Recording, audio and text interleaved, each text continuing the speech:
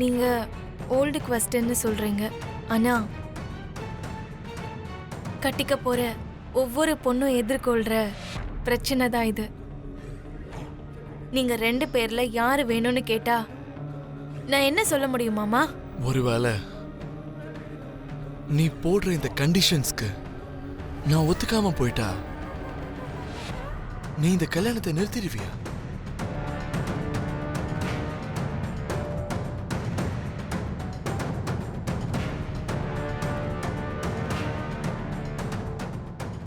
அது உங்க கையில தான் இருக்கு மாமா.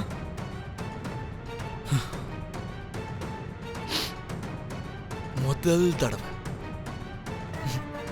நீ ரொம்ப தெளிவா பேசிக்கிட்டு இருக்க பூமி. தெளிவா இல்ல மாமா. பிறந்த வீட்டோட உறவு வேணும்னு நினைக்கிற ஒரு மகளா பேசிட்டு இருக்கேன்.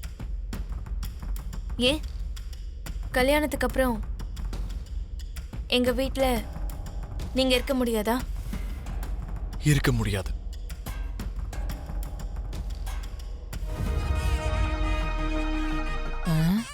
என்னம்மா இது? நம்ம நினைச்சது ஒண்ணு நடக்கிறது ஒண்ணா இருக்கு. இந்த கல்யாணம் நடந்துரும் போல இருக்கே. நடக்கணும் தானே சித்தி நாமளும் நினைச்சோம். எங்க நின்று போயிடுமோன்னு எனக்கு ரொம்ப டென்ஷனா இருந்தது. ஃபைனலா இந்த கல்யாணம் நடக்க போகுது. இப்ப எனக்கு எவ்வளவு ரிலாக்ஸ்டா இருக்கு தெரியுமா? நான் சந்தேகப்பட்டது சரிதாம்மா. இந்த கல்யாணத்தால உனக்கு பைத்தியம் பிடிச்சிருச்சு. வாய மூடு.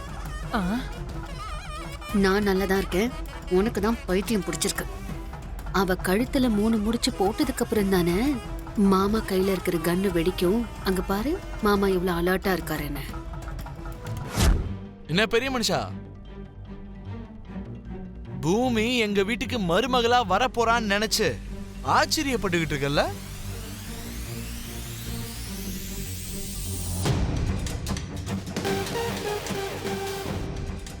இப்ப நான் இந்த தாலியை அவ கழுத்துல கட்டினா எங்க வீட்டுக்கு மருமகளா வருவா. ஆனா நான் இந்த தாலியை கட்ட போறதில்ல.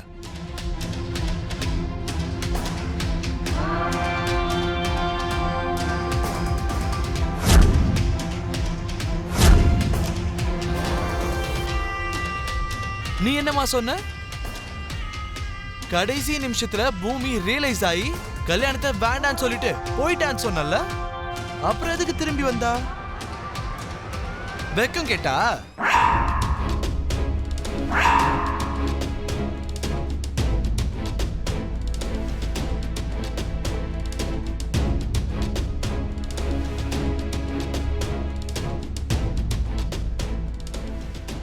டேய் ககன், பைத்தியம் பிடிச்ச மாதிரி என்னடா பேசிட்டு இருக்க? அம்மா, நீங்க எதுவும் பேசாதீங்க. நீங்க மட்டும் இல்ல, நீங்க யாருக்கும் எதுவும் பேசுறதுக்கு உரிமையே இல்ல. நான் கேள்வி கேட்கிறவங்க மட்டும் எனக்கு பதில் சொன்னீங்கன்னா போதும்.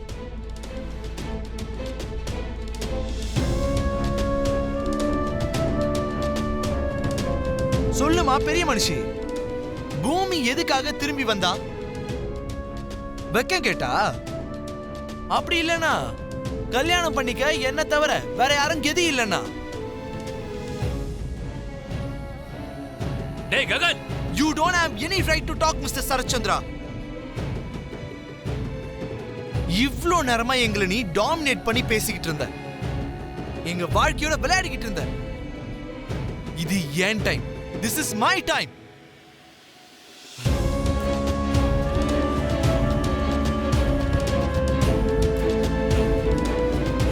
முகூர்த்த நேரத்துக்கு உன் பொண்ணு மணமேடையே விட்டுட்டு போயிட்டா. அப்போ ஏன் மரியாதை போச்சு. அதே தாலி கட்டும் போது சீ போ, தாலிய கட்ட மாட்டேன்னு சொன்னா அப்போ உன் மரியாதை போகும்.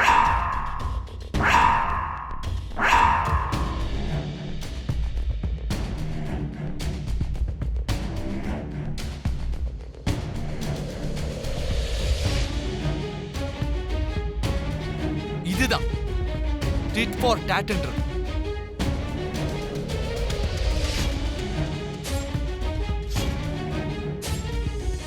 உனக்கு தெரியணும் சரச்சந்திரா, ஒரு ஆம்பளை விட்டுட்டு போன பொண்ணோட வீட்டு நிலைமை எப்படி இருக்கும்னு உனக்கு தெரியணும்.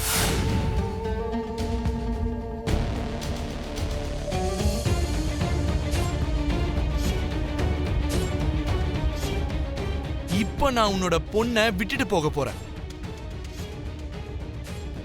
அழுதுகிட்டு இருக்கிற உன் பொண்ணோட அந்த வேதனை எப்படி இருக்கும்னு நீ ஒவ்வொரு நாளுமே பார்க்கணும்.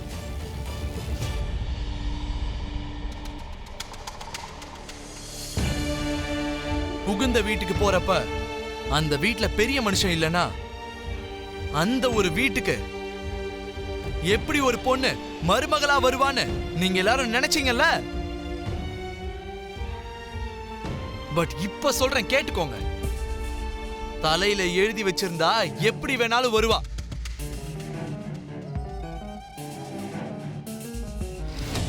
ஏன் இந்த பூமியை விட நல்ல பொண்ணு கூட வருவா.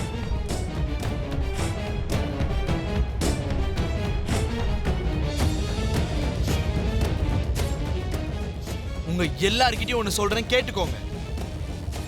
ஒரு வீட்டுல பெரிய மனுஷனா இருக்கிறவன் எப்பவும் கௌரவம் மரியாதையோட இருக்கணும்.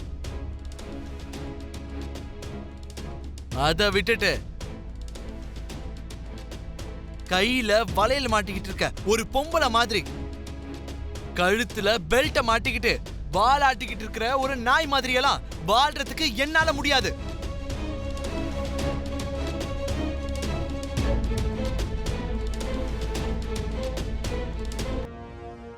தோத்து போனா நான் தோத்து போயிட்டேன்னு ஒத்துக்குவேன். ஒத்துக்கிட்டா மட்டும் பத்தாது, இந்த ஊரையே விட்டுட்டு உடனே போய் ஆகணும். ஓகே, நான் போயிடுறேன்.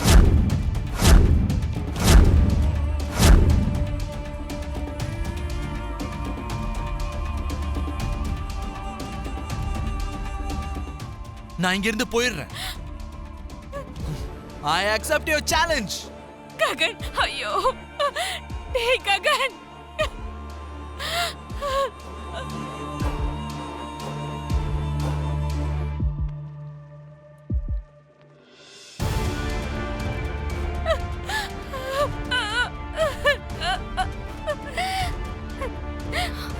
அம்மா அம்மா அம்மா அழாதீங்கம்மா.